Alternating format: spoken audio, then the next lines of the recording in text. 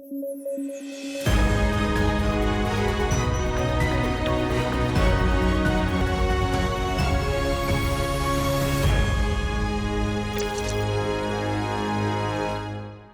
News at 9 programme में आपका स्वागत है। मैं हूं अमृत उपाध्याय। आइए जल्दी से देखें आज की हेडलाइंस। ITER यानी इंटरनेशनल थर्मोन्यूक्लियर एक्सपेरिमेंटल रिएक्टर चर्चा में। दुनिया के सबसे ताकतवर चुंबक को असेंबल करने की ओर बढ़ाया कदम। ऊर्जा संकट का हमेशा के लिए समाधान है टारगेट। भारत और फ्रांस के बीच हुई 63,000 करोड़ रुपए की मेगा डील। भारत को मिलेंगे 26 Rafale marine fighter jets. INS Vikrant पर तैनात होंगे राफेल मरीन। और draft green house gases emissions intensity GEI target rules 2025 नाम से एक नया नियम ड्राफ्ट तैयार। बड़ी इंडस्ट्रीज में ग्रीन हाउस गैसों के उत्सर्जन को कम करना है मकसद। इन नियमों से लागू होगी देश में कार्बन क्रेडिट ट्रेडिंग स्कीम।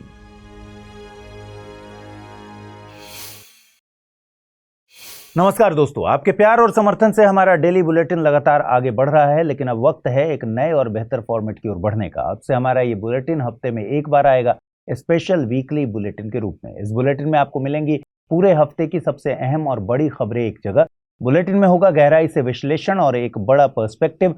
साथ में रहेंगे technology, policy, defence, international, current affairs जैसे खास सेगमेंट्स और जरूरी सवालों के सटीक जवाब, जो आपकी UPSC की जर्नी में निभाएंगे खास रोल। तो दोस्तों चलिए बिना देरी किए शुरू करते हैं वीकली बुलेटिन। हाल ही में सुप्रीम कोर्ट ने साफ कहा है कि अगर कोई देश अपनी सुरक्षा के लिए पेगासस जैसे स्पाईवेयर को रखता है तो उसमें कोई गलत नहीं है। मुद्दा यह नहीं कि किसी देश के पास स्पाईवेयर है या नहीं है, असली सवाल यह है कि इसे किसके खिलाफ इस्तेमाल किया गया है।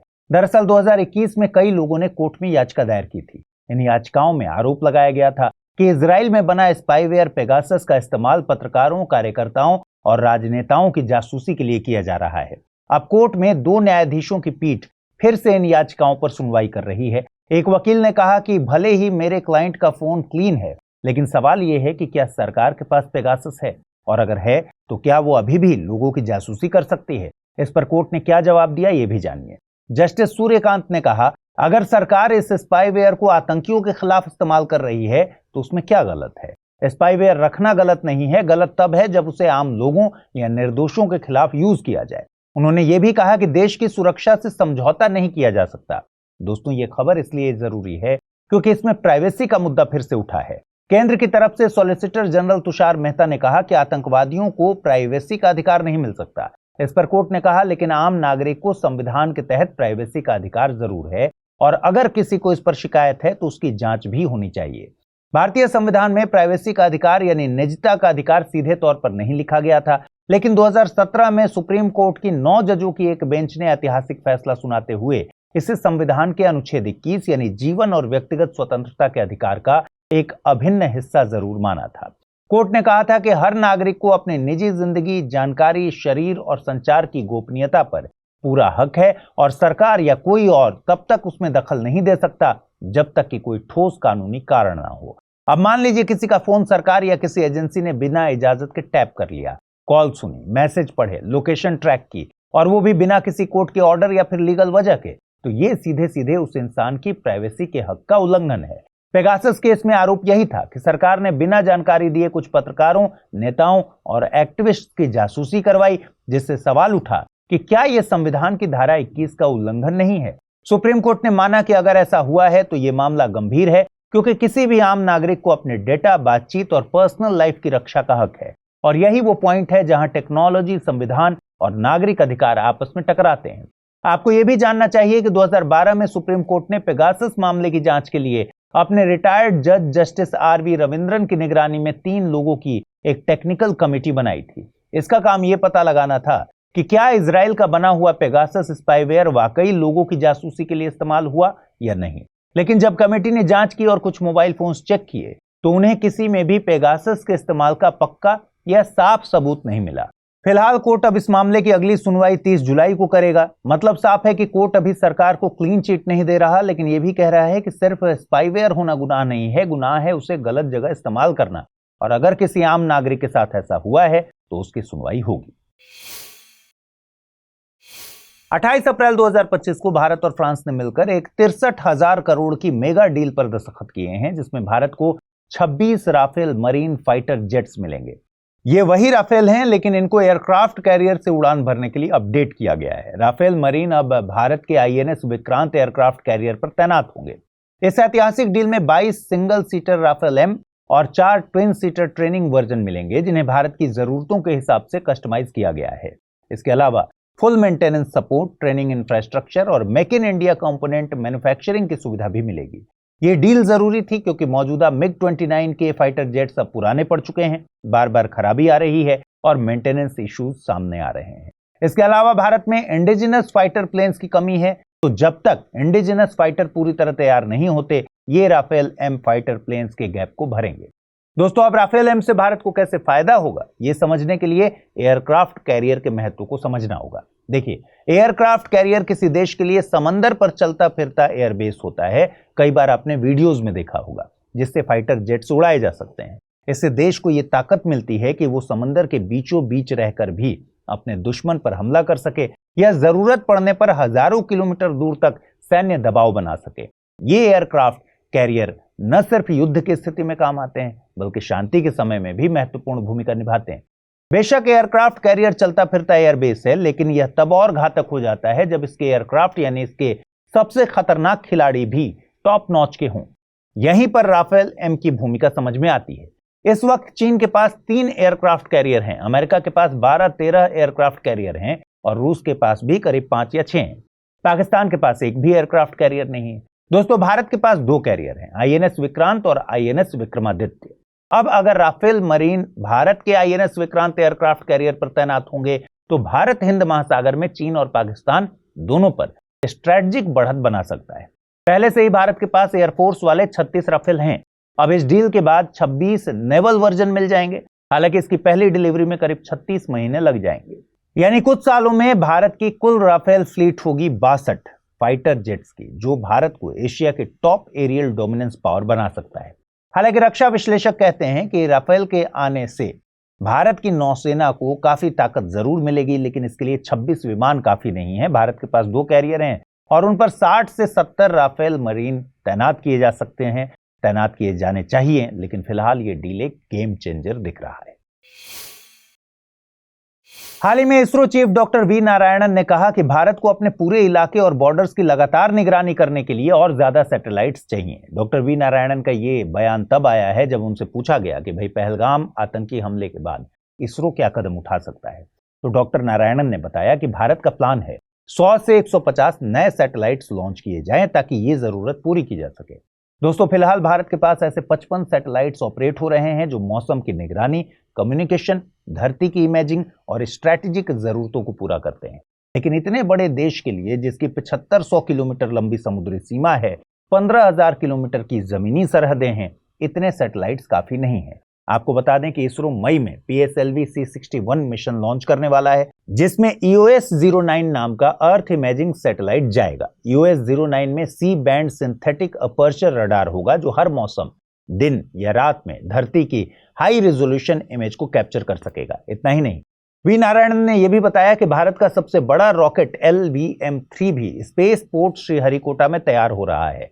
गौरतलब है कि इसी रॉकेट ने यूरोपियन कंपनी OneWeb के लिए 2 कमर्शियल मिशन भी पूरे किए थे, एक अक्टूबर 2022 में और दूसरा मार्च 2023 में। कुल 72 सैटेलाइट्स लॉन्च किए थे। अब जून जुलाई में LVM-3 का तीसरा कमर्शियल मिशन होगा, जिसमें लगभग 4 टन वजन वाला अमेरिकी सैटेलाइट लॉन्च किया जाएगा। ये launch new space India limited NSIL के साथ डील के तहत हो रहा है, जो इसरो का कमर्शियल विंग है। इतना ही नहीं, भारत और अमेरिका मिलकर NASA ISRO synthetic aperture radar यानी निसार सैटेलाइट भी लॉन्च करने वाले हैं। इसको इसरो का GSLV Mark II rocket orbit तक ले जाएगा। आगे के विजन को लेकर नारायणन ने बड़ा खुलासा भी किया। इन्होंने बताया कि भारत का सपना है कि अपना खुद का स्पेस स्टेशन हो। भारतीय अंतरिक्ष स्टेशन 52 टन का लैब होगा और धरती की परिक्रमा करेगा। ये स्पेस स्टेशन कुल 5 मॉड्यूल से बना होगा। आपको बता दें कि आज की तारीख में पूरी दुनिया में सिर्फ 2 स्पेस स्टेशन हैं, चीन का टियांगोंग और अमेरिका, रूस, यूरोप, कनाडा, जापान द्वारा समर्थित इंटरनेशनल स्पेस स्टेशन यानी कि ISS। अगर आप आईएएस की तैयारी करते हैं तो आपके पास है एक सुनहरा मौका। आईएएस की संपूर्ण तैयारी को ध्यान में रखकर स्टडी IQ लेकर आया है नया फाउंडेशन कोर्स, जिसमें आपको कराई जाएगी प्रीलिम्स से लेकर इंटरव्यू तक की पूरी तैयारी।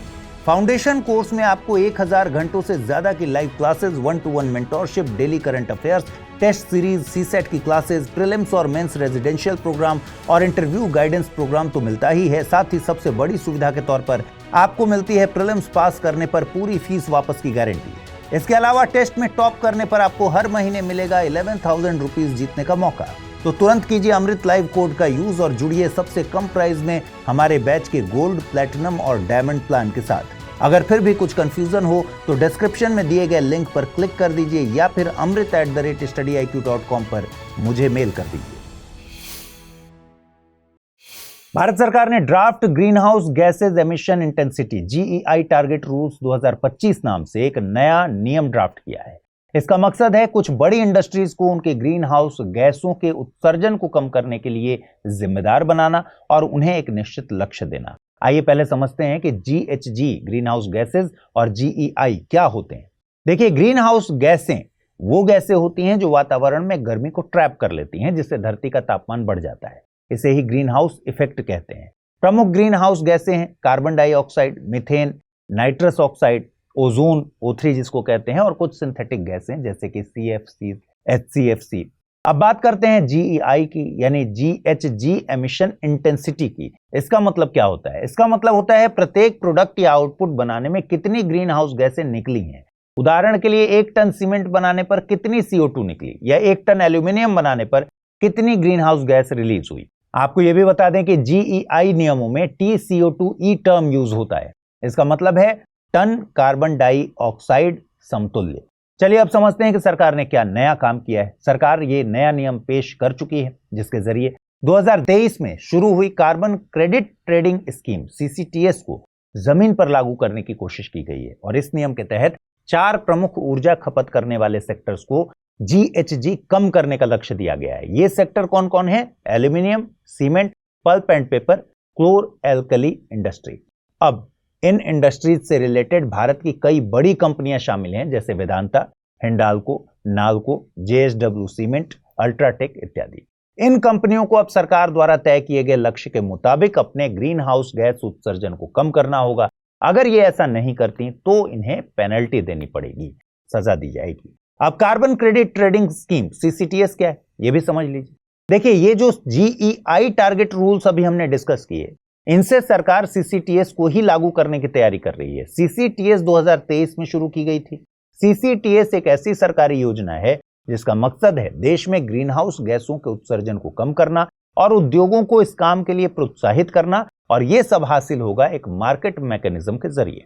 इस मार्केट मैकेनिज्म में कंपनियां अगर ज्यादा ग्रीन हाउस गैस उत्सर्जन कर रही हैं तो उन्हें पैसा देकर या कार्बन क्रेडिट्स खरीदकर अपना पर्यावरणीय नुकसान कवर करना होगा, और जो कंपनियां कम उत्सर्जन करती हैं वो क्रेडिट कमा सकती हैं और उसे बेच सकती हैं। यानी ये एक तरह का रिवॉर्ड और पनिशमेंट सिस्टम है, जिसमें कम उत्सर्जन बराबर इनाम और ज्यादा उत्सर्जन बराबर जुर्माना या खर्चा है। ये पूरी व्यवस्था क्लाइमेट चेंज से लड़ने का एक तरीका है। CCTS से फायदा क्या होगा? इससे भारत की नेशनली डिटरमाइंड कंट्रीब्यूशन यानी NDCs पूरी होंगी, जो उसने पेरिस क्लाइमेट समझौते में वादा किया था। साथ ही इससे भारत का पंचामृत टारगेट जो COP26 में बताया गया था, वो भी पाया जा सकेगा। पहलगाम आतंकी हमले के बाद भारत की राष्ट्रीय सुरक्षा पर संभावित जवाबी कार्रवाई की अटकलों के बीच सरकार ने national security advisory board NSAB का पुनर्गठन कर दिया है। आइए पहले समझते हैं कि NSAB है क्या। देखिए, NSAB एक आधिकारिक सलाहकार संस्था है जो राष्ट्रीय सुरक्षा सलाहकार NSA और राष्ट्रीय सुरक्षा परिषद सचिवालय यानी NSCS को नीतिगत सुझाव देता है और विशेषज्ञ राय देती है।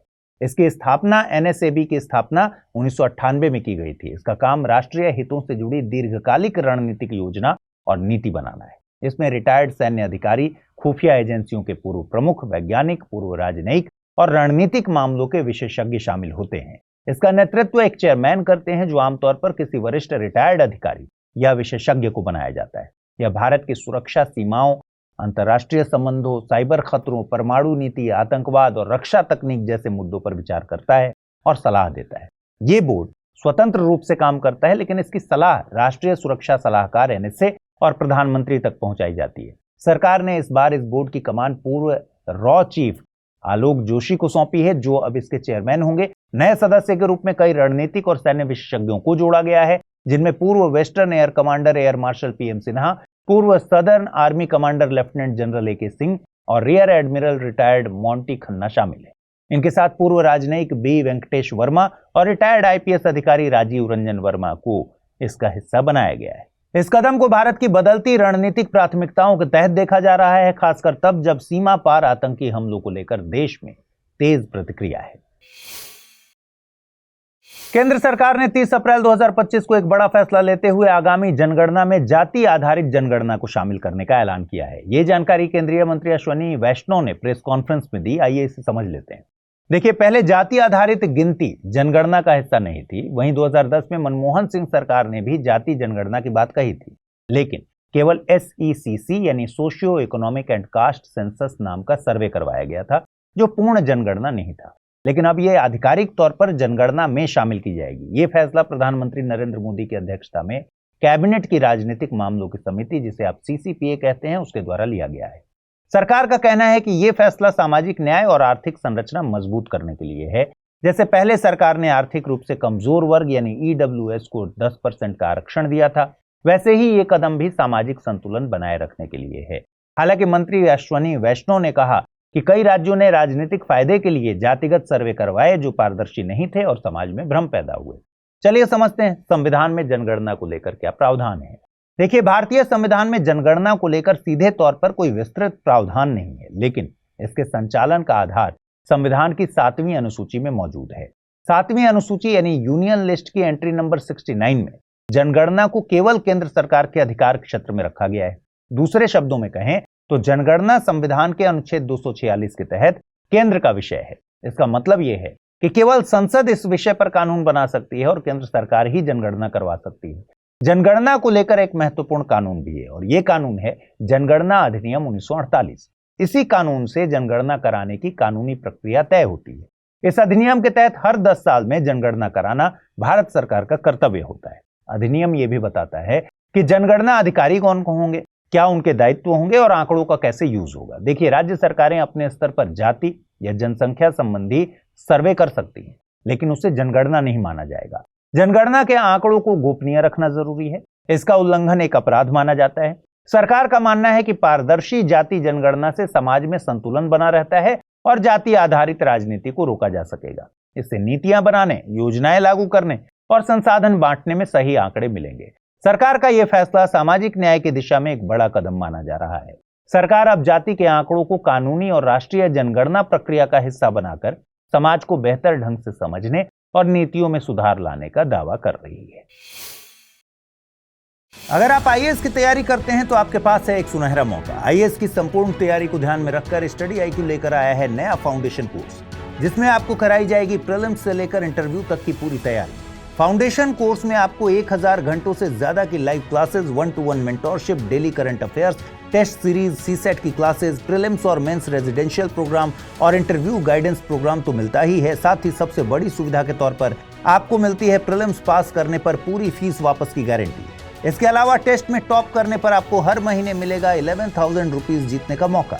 तो तुरंत कीजिए अमृत लाइव कोड का यूज और जुड़िए सबसे कम प्राइस में हमारे बैच के गोल्ड, प्लैटिनम और डायमंड प्लान के साथ। अगर फिर भी कुछ कंफ्यूजन हो तो डिस्क्रिप्शन में दिए गए लिंक पर क्लिक कर दीजिए या फिर amrit@studiiq.com पर मुझे मेल कर दीजिए। वर्ल्ड गोल्ड काउंसिल ने भारतीय सोना बाजार के बारे में कुछ जरूरी आंकड़े पेश किए हैं। वर्ल्ड गोल्ड काउंसिल ने कहा है कि जनवरी से मार्च 2025 के बीच भारत में सोने की मात्रा में मांग 15% तक घटी है, यानी लोग पिछले साल की तुलना में कम सोना खरीद रहे हैं। इस तिमाही में कुल मांग 118.1 टन रही। कम खरीद के बावजूद सोने की कुल वैल्यू यानी पैसों में मांग 22% बढ़ी है, क्योंकि कीमतें बहुत बढ़ गई हैं। WGC के पूर्वानुमान के अनुसार 2025 तक भारत की सोने की मांग 700 से 800 टन के बीच रहने की उम्मीद है। 2025 की शुरुआत से अब तक सोने की कीमतों में 25% का उछाल आया है। इस वजह से ग्राहक छोटे और हल्के गहनों की ओर शिफ्ट हो रहे हैं। कुछ लोग खरीदारी टाल रहे हैं कि शायद दाम घट जाए। WGC के अनुसार अक्षय तृतीया और शादियों के मौसम ने लोगों की खरीदारी की भावना को बनाए रखा, वरना तो इतनी ऊंची कीमतें लोगों को रोक सकती थी। हालांकि ज्वेलरी की मांग 2025 की पहली तिमाही में 95.5 टन से घटकर 71.4 टन रह गई है। ये 2020 के बाद सबसे कम है। लोगों ने सोने की ईंटों और सिक्कों में निवेश बढ़ाया है। 43.6 टन से बढ़कर ये 46.7 टन हो गया है।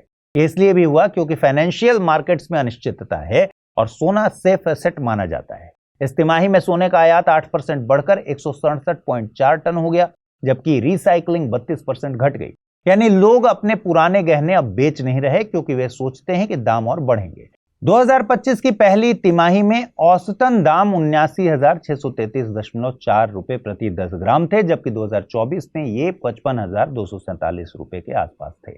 वैश्विक मांग भी जनवरी से मार्च 2025 में 1206 टन रही। ये 2019 के बाद किसी भी पहली तिमाही की सबसे ऊंची डिमांड है। दोस्तों, हाल ही में अमेरिका और यूक्रेन ने एक अहम समझौता किया है, जिसके तहत दोनों देशों ने US Ukraine reconstruction investment fund बनाया है। अब सवाल यह है कि यह समझौता किया क्यों गया और इसका मकसद क्या है। दरअसल इस समझौते से अमेरिका को यूक्रेन के दुर्लभ खनिज, रेयर अर्थ मिनरल्स जैसे कि टाइटेनियम, लिथियम, यूरेनियम, ग्रेफाइट और मैग्नीज तक पहुंच मिल जाएगी। ये खनिज आधुनिक तकनीक, बैटरी और रक्षा उद्योग के लिए बहुत जरूरी हैं। इससे अमेरिका को अपने उद्योगों के लिए जरूरी खनिज मिलेंगे और यूक्रेन को अपनी अर्थव्यवस्था को फिर से खड़ा करने के लिए निवेश और तकनीक मिलेगी। आपको पता ही है कि यूक्रेन और रूस पिछले कई सालों से आपस में लड़ रहे हैं। इस डील से यूक्रेन को फायदा होगा क्योंकि जो भी मुनाफा इस फंड से होगा वो दोनों देशों में बराबर यानी 50-50 बटेगा और यूक्रेन के पुनर्निर्माण के लिए ये बहुत जरूरी है। हालांकि इस डील से यूक्रेन की संप्रभुता पर कोई भी सवाल खड़े नहीं होंगे। यूक्रेन की संप्रभुता बनी रहेगी, यानी यूक्रेन के खनिजों पर उसका ही अधिकार रहेगा। अमेरिका सिर्फ निवेश और तकनीक के बदले प्राथमिक पहुंच बनाएगा। ये डील ऐसी भी नहीं है कि यूक्रेन कोई पुराना कर्ज चुका रहा हो, यानी यूक्रेन को अमेरिका द्वारा पहले दी गई सैन्य या आर्थिक मदद के बदले अपने खनिज नहीं देने होंगे। इसको दूसरे शब्दों में अगर कहें तो यूक्रेन को बिना कर्ज लिए अपने संसाधनों पर अधिकार रखते हुए आर्थिक मदद और विदेशी निवेश मिल जाएगा। आर्थिक और सामाजिक महत्व के अलावा इस डील के राजनीतिक और कूटनीतिक फायदे क्या हैं? जैसे अमेरिका के ट्रेजरी सेक्रेटरी ने कहा कि यह समझौता रूस को साफ संदेश देता है कि ट्रंप प्रशासन यूक्रेन की आजादी और समृद्धि के लिए प्रतिबद्ध है और अब अमेरिका की रणनीति सैन्य मदद से हटकर आर्थिक साझेदारी और पुनर्निर्माण पर केंद्रित हो गई है। कुल मिलाकर यह समझौता दोनों देशों के लिए फायदेमंद है। अमेरिका को जरूरी खनिज मिलेंगे और यूक्रेन को पुनर्निर्माण के लिए आर्थिक मदद, तकनीक और निवेश, साथ ही उसकी संप्रभुता भी बनी रहेगी। दोस्तों, 1 मई को अंतर्राष्ट्रीय मजदूर दिवस मनाया जाता है। आइए समझते हैं इसका इतिहास क्या है और भारत में मजदूरों को कितनी संवैधानिक सुरक्षा मिली हुई है। अंतर्राष्ट्रीय मजदूर दिवस की शुरुआत हुई थी अमेरिका से, ऐसा माना जाता है। साल था 1886 और तारीख थी 1 मई। इस दिन अमेरिका के शिकागो शहर में हजारों मजदूर सड़कों पर उतर आए थे। दरअसल ये मजदूर 12 से 14 घंटे की शिफ्ट से परेशान हो चुके थे और चाहते थे कि सिर्फ 8 घंटे का काम, 8 घंटे का आराम और 8 घंटे परिवार के साथ समय मिले। इनकी मांगे सीधी थी लेकिन सिस्टम को मंजूर नहीं थी। 1 मई 1886 को अमेरिका के 3 लाख मजदूरों ने हड़ताल कर दी। शिकागो का हैमार्केट स्क्वायर इस आंदोलन का केंद्र बना। कुछ असामाजिक तत्वों ने पुलिस पर बम फेंके। पुलिस ने जवाबी फायरिंग की और कई मजदूर मारे गए। कई मजदूर नेताओं को बिना सबूत के फांसी तक दे दी गई। इतिहास में हम इस घटना को हैमार्केट नरसंहार कहते हैं, लेकिन मजदूरों का यह बलिदान व्यर्थ नहीं गया। इस घटना का असर पूरी दुनिया पर पड़ा। हैमार्केट नरसंहार ने पूरी दुनिया के मजदूर आंदोलनों को नई ताकत दे दी। इसके 3 साल बाद 1889 में सेकंड इंटरनेशनल नाम की संस्था ने पेरिस में एक सम्मेलन किया और घोषणा की कि 1 मई को हर साल अंतर्राष्ट्रीय मजदूर दिवस के रूप में मनाया जाएगा ताकि हैमार्केट के शहीदों को याद किया जा सके। आइए अब जानते हैं कि भारत में मजदूर दिवस कब शुरू हुआ। भारत में लेबर डे पहली बार 1 मई 1923 को मनाया गया था। जगह थी चेन्नई, यानी तब का मद्रास। इसका आयोजन किया था सिंगारवेलु चेट्टियार के नेतृत्व में लेबर किसान पार्टी ऑफ हिंदुस्तान ने। इस दिन की खास बात यह थी कि पहली बार भारत में मजदूरों के अधिकारों की बात खुलेआम हुई। देखिए, मजदूर दिवस का मकसद केवल छुट्टी देना नहीं था। इसका असली मकसद था काम के घंटे तय करना, काम की जगह पर सुरक्षा सुनिश्चित करना, न्यायपूर्ण वेतन की गारंटी, बच्चों और महिलाओं के शोषण को रोकना, यूनियंस के गठन की स्वतंत्रता, सामाजिक सुरक्षा और पेंशन का अधिकार एटसेट्रा। भारतीय उद्योग में भी शुरुआत में मजदूरों को जानवरों जैसा ट्रीट किया जाता था, यानी लंबे घंटे, कम वेतन, कोई सुरक्षा नहीं। लेकिन समय के साथ साथ मजदूर यूनियन और आंदोलनों ने मिलकर कई कानूनों को जन्म दिया, जैसे ट्रेड यूनियंस एक्ट 1926। ये कानून मजदूर यूनियनों को कानूनी मान्यता देने के लिए बनाया गया था। इसके बाद फैक्ट्रीज एक्ट 1948 आया, जिसमें काम के घंटे और काम करने की स्थिति पर ध्यान दिया गया। फिर मिनिमम वेजेस एक्ट 1948 आया, ताकि हर मजदूर को एक न्यूनतम वेतन मिले। ऐसे ही एम्प्लॉइज स्टेट इंश्योरेंस एक्ट 1948 आया, जिसमें इंश्योरेंस और स्वास्थ्य सेवाएं देने के लिए कानूनी ढांचा बना। अब अगर सवाल ये उठे कि भारतीय संविधान में मजदूरों के अधिकारों की सुरक्षा के लिए कौन से प्रावधान हैं, तो इसका जवाब क्या होगा? देखिए, अनुच्छेद 14, 19, 1 ग, 21, 23, 24, 39 मजदूरों के अधिकारों की रक्षा से सीधे रिलेटेड है। यह भी ध्यान रखिए कि श्रम समवर्ती सूची का विषय है, यानी केंद्र और राज्य दोनों श्रम पर कानून बना सकते हैं। अगर आप आईएएस की तैयारी करते हैं तो आपके पास है एक सुनहरा मौका। आईएएस की संपूर्ण तैयारी को ध्यान में रखकर स्टडी IQ लेकर आया है नया फाउंडेशन कोर्स, जिसमें आपको कराई जाएगी प्रीलिम्स से लेकर इंटरव्यू तक की पूरी तैयारी। फाउंडेशन कोर्स में आपको 1000 घंटों से ज्यादा की live classes, 1-to-1 mentorship, daily current affairs, test series, CSAT की क्लासेस, प्रीलिम्स और मेंस रेजिडेंशियल प्रोग्राम और इंटरव्यू गाइडेंस प्रोग्राम तो मिलता ही है। साथ ही सबसे बड़ी सुविधा के तौर पर आपको मिलती है प्रीलिम्स पास करने पर पूरी फीस वापस की गारंटी। इसके अलावा टेस्ट में टॉप करने पर आपको हर महीने मिलेगा 11,000 रुपीज जीतने का मौका। तो तुरंत कीजिए अमृत लाइव कोड का यूज और जुड़िए सबसे कम प्राइस में हमारे बैच के गोल्ड, प्लैटिनम और डायमंड प्लान के साथ। अगर फिर भी कुछ कंफ्यूजन हो तो डिस्क्रिप्शन में दिए गए लिंक पर क्लिक कर दीजिए या फिर amrit@studiiq.com पर मुझे मेल कर दीजिए। अगली खबर एक बहुत ही बड़े और महत्वाकांक्षी वैज्ञानिक प्रोजेक्ट ITER यानी international thermo nuclear experimental reactor के बारे में है। खबर यह है कि ITER दुनिया के सबसे ताकतवर चुंबक को असेंबल करने की तरफ आगे बढ़ रहा है। आइए इसे समझते हैं कि ये क्यों महत्वपूर्ण है। सबसे पहले समझते हैं कि ITER प्रोजेक्ट क्या है। देखिए, 2006 में ITER समझौते पर हस्ताक्षर हुए थे। ITER प्रोजेक्ट का मकसद है न्यूक्लियर फ्यूजन के जरिए असीमित, स्वच्छ और सुरक्षित ऊर्जा का उत्पादन करना। दूसरे शब्दों में कहें तो ITER वही करना चाहता है जो सूरज करता है, यानी हाइड्रोजन जैसे हल्के परमाणुओं को जोड़कर हीलियम बनाना और उससे भीषण ऊर्जा पैदा करना। अब सवाल है कि ITER प्रोजेक्ट में न्यूक्लियर फ्यूजन कैसे होगा। दरअसल ITER प्रोजेक्ट में टोकामक नामक रिएक्टर बनाया जा रहा है। टोकामक में होता क्या है? इसमें हाइड्रोजन के आइसोटोप यानी ड्यूटेरियम और ट्राइटियम को बेहद उच्च तापमान यानी 15 करोड़ डिग्री सेल्सियस पर गर्म किया जाता है। इससे प्लाज्मा बनता है। प्लाज्मा यानी एक आयनित गैस।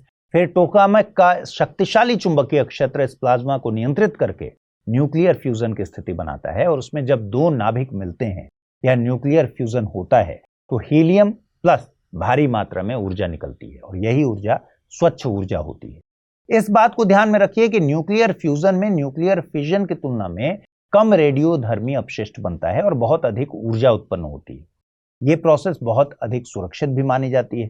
बहरहाल इस प्रोजेक्ट में 30 से अधिक देश शामिल हैं, जैसे अमेरिका, चीन, जापान, रूस, भारत और यूरोपियन संघ। हालांकि ITER प्रोजेक्ट के तहत रिएक्टर दक्षिणी फ्रांस के कोडाराज शहर में बनाया जा रहा है। अब ये भी समझते हैं कि इस प्रोजेक्ट में चुंबक का क्या रोल है। देखिए, फ्यूजन के लिए गैस को करोड़ों डिग्री तापमान पर गर्म किया जाता है, जिससे वो प्लाज्मा बनता है। इससे सुपर हॉट प्लाज्मा को किसी कंटेनर में डालना इम्पॉसिबल होता है, क्योंकि कोई भी ठोस चीज उसे झेल नहीं सकती। इसलिए वैज्ञानिक इसे मैग्नेटिक फील्ड से नियंत्रित करते हैं। अब इस चुंबकीय सिस्टम में एक खास हिस्सा होता है सेंट्रल सोलेनॉइड। यही इसका फाइनल कंपोनेंट था, जिसकी मैन्युफैक्चरिंग टेस्टिंग अमेरिका में हुई थी और अब इसे ITER में असेंबल किया जा रहा है। दोस्तों, ये चुंबक इतना ताकतवर होगा कि ये 1000 टन तक की चीजों को हवा में उठा सकता है। ये भी समझिए कि ये कोई पावर प्लांट नहीं है, बल्कि एक प्रयोगात्मक रिएक्टर है, ताकि ये साबित किया जा सके कि फ्यूजन ऊर्जा व्यावहारिक रूप से पॉसिबल है। ये प्रोजेक्ट अभी अंडर कंस्ट्रक्शन है और फ्यूजन प्लाज्मा शुरू होने की संभावित तिथि 2033 बताई जा रही है। रही भारत की बात, तो भारत ने भी इस प्रोजेक्ट के कई तकनीकी हिस्सों में मदद की है। जैसे भारत ने इसमें cryostat, diagnostic systems, heating systems जैसे अहम तकनीकी उपकरणों का योगदान दिया है। कुल मिलाकर यह इंपॉर्टेंट इसलिए है क्योंकि यह दुनिया में ऊर्जा संकट का हमेशा के लिए समाधान कर सकता है। यह जलवायु परिवर्तन का समाधान हो सकता है, क्योंकि इसमें कोई कार्बन उत्सर्जन नहीं होता। अगर यह प्रोजेक्ट सफल रहा तो यह पृथ्वी पर मिनी सन बनाने जैसा होगा। आइए अब देखते हैं आज के न्यूज एट 9 से रिलेटेड कौन से सवाल हैं जिनके जवाब आपको देने हैं। पहला सवाल, हाल ही में भारत सरकार ने राष्ट्रीय सुरक्षा सलाहकार बोर्ड NSAB का पुनर्गठन किया है। निम्नलिखित में से कौन सा व्यक्ति अब NSAB के चेयरमैन है? Lieutenant general AK Singh, Alok Joshi, air marshal PM Sinha, Rajiv Ranjan Verma. दूसरा सवाल, GEI नियमों में उपयोग होने वाला TCO2e का पूर्ण रूप क्या है? Tonne clean organic energy, total carbon output अनुमान, टन कार्बन डाइऑक्साइड समतुल्य या फिर थर्मल CO2 उत्सर्जन। तीसरा सवाल, निम्नलिखित में से कौन सा उद्योग GEI टारगेट नियमों के अंतर्गत शामिल नहीं है? एल्यूमिनियम, सीमेंट, सूचना प्रौद्योगिकी, क्लोर एल्कली। चौथा सवाल, GHG एमिशन इंटेंसिटी, GEI का मतलब क्या होता है? देश का कुल ग्रीन हाउस उत्सर्जन, शहरी जनसंख्या का प्रति व्यक्ति कार्बन उत्सर्जन, हर उत्पाद पर निकलने वाली ग्रीन हाउस गैस की मात्रा या फिर CO2 को कम करने के लिए आवश्यक सौर ऊर्जा। पांचवा सवाल है, भारतीय संविधान में निजता का अधिकार, राइट टू प्राइवेसी के बारे में निम्नलिखित कथनों पर विचार कीजिए। यह अधिकार मूल रूप से संविधान में स्पष्ट रूप से उल्लिखित नहीं था। सुप्रीम कोर्ट ने 2017 में इसे अनुच्छेद 21 के तहत जीवन और व्यक्तिगत स्वतंत्रता का हिस्सा माना। यह फैसला 5 जजों के संविधान पीठ द्वारा दिया गया था। उपर्युक्त कथनों में से कौन से सही हैं? केवल 1 और 2, केवल 2 और 3, केवल 1 और 3 या फिर 1, 2 और 3। छठा सवाल है, ITER यानी international thermo nuclear experimental reactor परियोजना के संदर्भ में निम्नलिखित कथनों पर विचार कीजिए। यह परियोजना हाइड्रोजन परमाणुओं के संलयन यानी फ्यूजन द्वारा ऊर्जा उत्पादन पर आधारित है। इसमें बनने वाला चुंबकीय क्षेत्र प्लाज्मा को भौतिक दीवारों से संपर्क में आने से रोकता है। भारत इस परियोजना का केवल पर्यवेक्षक सदस्य है, इसमें कोई तकनीकी योगदान नहीं करता। उपयुक्त विकल्प को चुनना है। केवल 1 और 2 सही हैं, केवल 2 और 3 सही हैं, केवल 1 और 3 सही हैं या फिर सभी कथन सही हैं। सातवां प्रश्न है, निम्नलिखित में से कौन सा या से कथन सही है या है? ITER परियोजना का मुख्यालय फ्रांस में स्थित है और यह दुनिया का पहला व्यावसायिक रूप से संचालित फ्यूजन रिएक्टर होगा। न्यूक्लियर फ्यूजन में न्यूक्लियर फिजन की तुलना में विकिरण कम होता है और अधिक ऊर्जा उत्पन्न होती है। भारत ITER परियोजना में मैग्नेट्स, क्रायोस्टैट और डायग्नोस्टिक सिस्टम्स जैसे घटकों के निर्माण में योगदान दे रहा है। कूट का प्रयोग कर सही उत्तर चुनना है। केवल 1 और 2, केवल 2 और 3, केवल 1 और 3 या फिर सभी कथन सही हैं। तो आज के बुलेटिन में बस इतना ही। मिलते हैं अगले वीक शनिवार को रात में 9 बजे नई खबरों के साथ। ख्याल रखिए अपना, ठीक से पढ़ाई कीजिए। नमस्कार।